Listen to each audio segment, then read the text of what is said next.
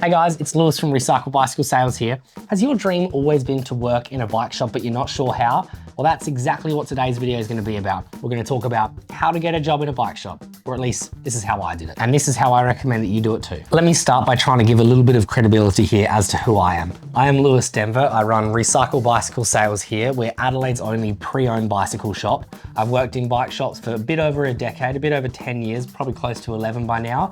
And for 2.5 of those years, I've run my own bike shop. So I've got a bit of experience on both sides of the fence. I've spent time applying for jobs at bike shops, and I've spent time hiring staff to join our team here at Recycle Bicycle Sales to get their first job in a bike shop. So this video is going to run through a couple of my key takeaways from both sides of the fence. So first thing to think about is what positions are actually available at bike shops. I think this answer depends on the size of the bike shop. If we're talking about a small bike shop, maybe out in a country town or something like that, there might not be many positions available. It might just be one guy doing all of the different work and just running the whole show. Whereas if we work up to a medium-sized bike shop that's selling quite a few bikes, servicing bikes, that sort of thing, there's salespeople who are responsible for selling bikes and getting new buyers onto the bikes. And then we've also got the mechanics who are repairing, servicing, building, upgrading, doing everything with all the spanners in the workshop. There's usually those two main positions. But if we look at some of the larger and more successful bike shops, usually there's quite a few different positions in there. There's the obvious ones you'd expect in a bike shop like sales members and mechanics, but there might even be different levels in each of them. There might be a sales manager and a workshop manager, and then mechanics and sales staff underneath them, and then maybe some apprentices, perhaps even below them as well, just learning their way through the job.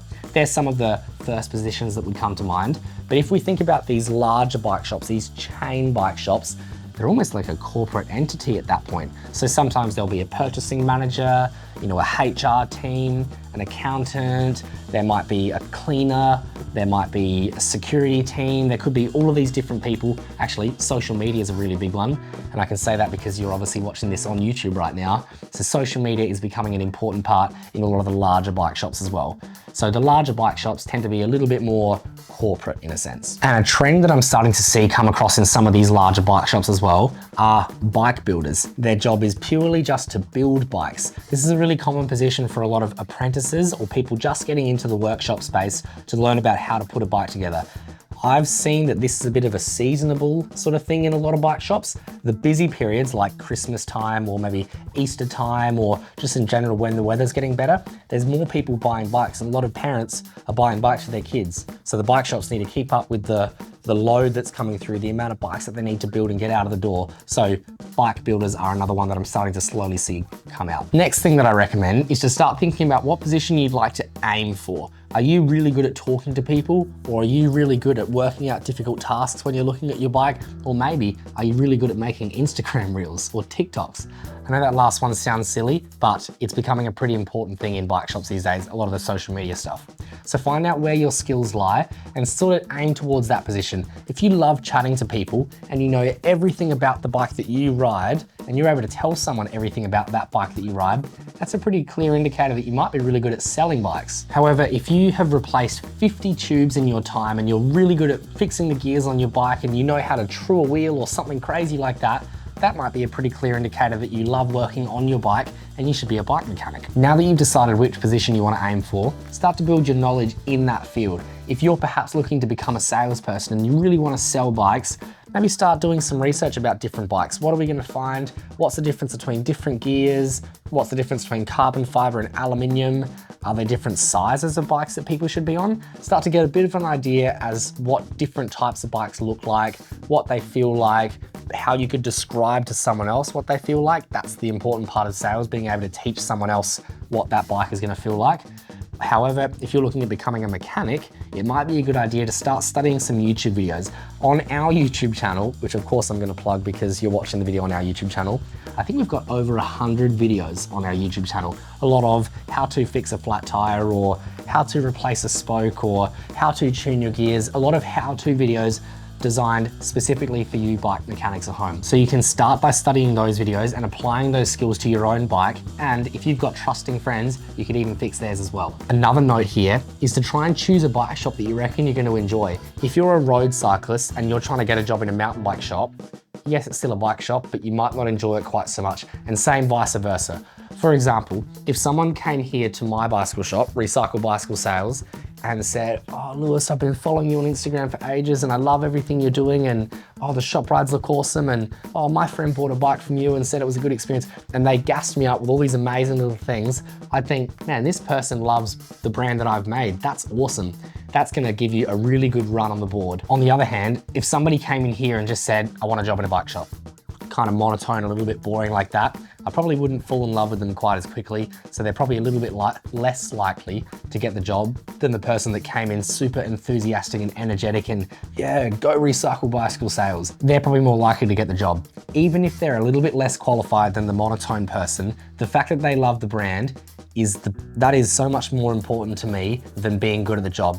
Because at the end of the day, I can teach the person to do what I think that they need to do here in the job. So I'd recommend being quite enthusiastic about the whole brand and the whole community. I'm not saying be fake, but if you actually enjoy the things that they're doing, that's really helpful. Like you join their shop rides, you know that the shop started, 3 years ago, or maybe you know a couple of the different staff's name there already, or you know some of the brands of bike that they sell. If you know a couple of things about the shop already, that's really gonna help you secure the deal. And this leads perfectly into our next point. Start getting some low-level experience in either sales or mechanics, or both, I suppose.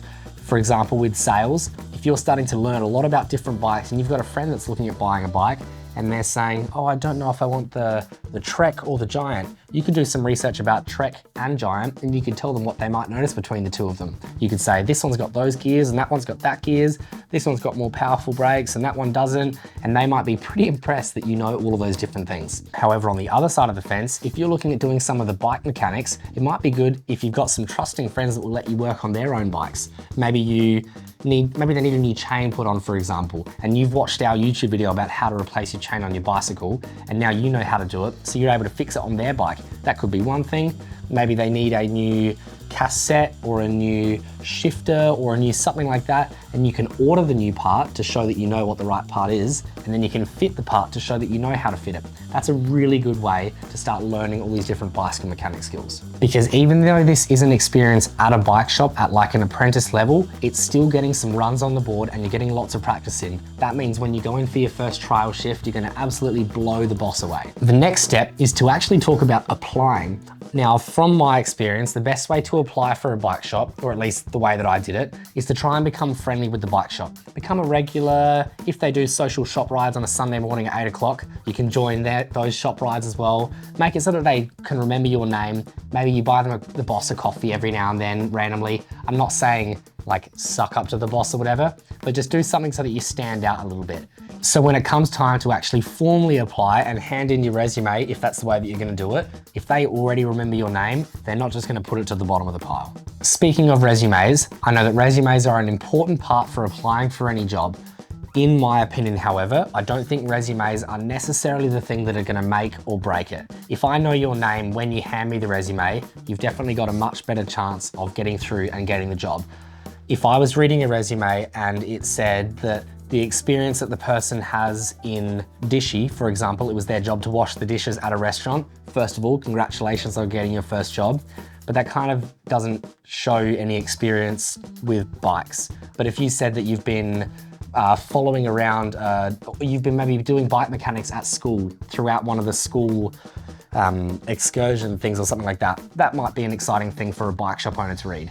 Again, I'm not saying that you don't need a resume, I'm just saying that it's not necessarily the be all and end all. So a resume is good, but don't stay up all night just trying to make it perfect. So when it actually comes time to give your resume to the bike shop, I've got a couple of tips here. The first one is make sure that the boss actually sees it. If you give it to a sales member and then they're like, yep, I'll give it to the boss, and then it goes back through and it goes into their pile of jobs that they have to do later, there's a small chance that it might not get seen, at least for a little while, so it might not have gone quite perfectly. But if you're able to find a way to, say to the sales member, hey, can I have a chat to the boss? Or can the boss come out? Or maybe you know what time that they usually happen to come outside to check the computers or whatever it is. If you can try and catch them then, and maybe be really polite as well. Hey boss, I know you're super busy. I don't want to take up too much time. I just wanted to make sure that you saw my resume. great to meet you, handshake, or whatever the conversation ends up being. I guess what I'm saying here is don't be pushy and pointing fingers at everybody, but also don't be too like la-di-da. And let me tell you, if you shake hands with the boss when you're giving him the resume and he stands there and says, oh, I remember you, you're Daniel, you bought me that coffee on the shop ride 3 weeks ago. If he says something like that, mate, you are in. The next step, although hopefully you might not need to go this far, is a polite little follow-up. This could be something as simple as sending an email.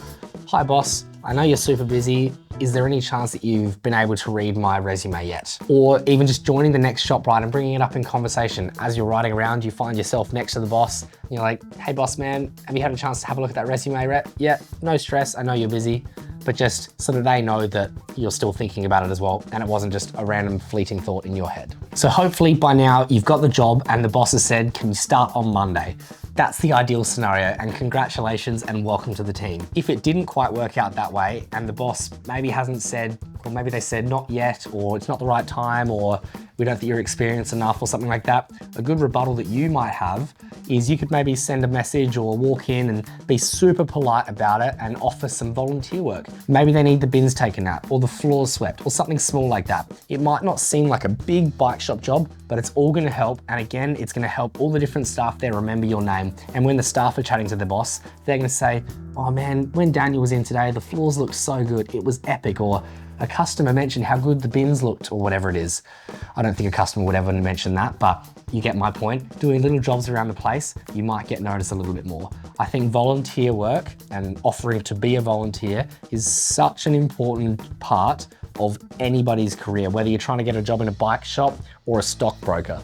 If you're able to become a volunteer at the start and give away some time for free and learn some people's names, learn a couple of base skills, I think that's going to help you in literally every way of life, whether it's work related or even just fun related. This type of volunteer work can be really good for people that might have been rejected for something as simple as just their age or that they don't have enough experience yet. And I'm saying this from personal experience because I actually worked in a local bike shop here in Adelaide for 6 months unpaid. I worked on Friday nights and all day on Saturday, and I just did whatever jobs needed to be done. I guess it's what you might call like an apprentice these days. I would come in from school with all my school bag and my guitar and my sports bag, and I'd come running in off the bus and I'd drop it all on the floor in the back room. The boss would give me a can of deodorant because I always smelt by then, my young year 11 body. And I would replace all the bins, that was the first job. I'd sweep all the floors, that was the second job. And then I'd go around and replace anything that might have been like any parts on the wall that have been sold and we needed new parts on there or something like that. Stock take, I guess you call it. So jobs like that might seem relatively simple, but that was what got me into the place. And then Christmas came around and the boss called me and he said, hey Lewis, it's Christmas time, we're pretty busy now. Do you want to come back and we'll pay you this time? And mate, I cannot explain. I've got a couple of friends that were out riding with me when I got that call, and it was the best phone call I've had. And I'm 26 now, and it's still the best phone call that I've ever had, getting offered a job at a bike shop in late year 11, early year 12, whatever it was. Very cool. A little disclaimer that I quickly just want to mention here later in the video as well, is that working in a bike shop isn't the job that's going to make you rich. Working at a bike shop is the most fun you'll ever have in any type of career ever. I feel like I can say that. I know I don't have much experience in any other things, but I'm working in a bike shop, I'm talking about bikes all day. It's super fun, but it's not the thing that's gonna make you crazy rich. It's not like a Wall Street stockbroker job or something like that. So what I'm trying to say here is when you try and get a job at a bike shop, don't come into the bike shop game looking for the biggest wage that you can get. There's other ways that you can try and make more money. But if you want to have fun while you work, the bike shop is definitely the best place to do it. And that's what makes it such a perfect job for people like uni students or people that are looking to make a career in bikes. So with everything that's been said in this video, if you reckon that you might be good for one of these positions, specifically down the sales side of things, I'll put my email down here. Feel free to send through an email with your resume or a little blurb about you, or maybe your Instagram profile or a video of you riding a bike or something like that. I'd love to hear from everybody. I reckon I'm ready to start looking at onboarding some new staff here at Recycle Bicycle Sales in Adelaide, South Australia. We're in Beulah Park, for what it's worth, right near Norwood. So yeah, if you reckon that you might enjoy a job at Recycle Bicycle Sales because we are the coolest bike shop out there, send me an email down below. Otherwise, I'm going to say thanks for watching this video and we'll see you in the next one. See you guys.